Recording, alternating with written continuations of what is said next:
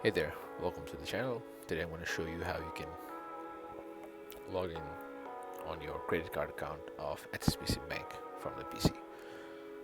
So first, you're going to open your preferred web browser, and on the address bar or the search bar, you're going to type in HSBC credit card login.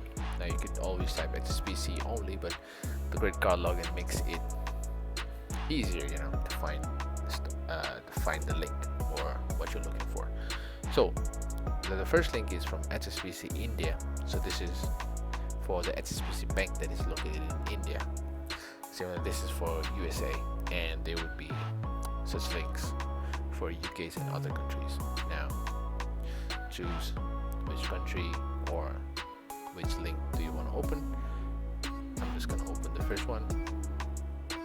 Just click on it, and what you're gonna do here is you're gonna click on log on right there, and now you're gonna enter your username and click on continue. Then it will do some authentication or ask you your password and all that stuff. After the authentication or login process, you'll be in your main page where you can see how much credits that you have accumulated over time, a week or a month, and make the payment or schedule the payment. And that is how you log into your credit card account. If this content helped you, make sure to like, share, and subscribe to the channel. Thank you.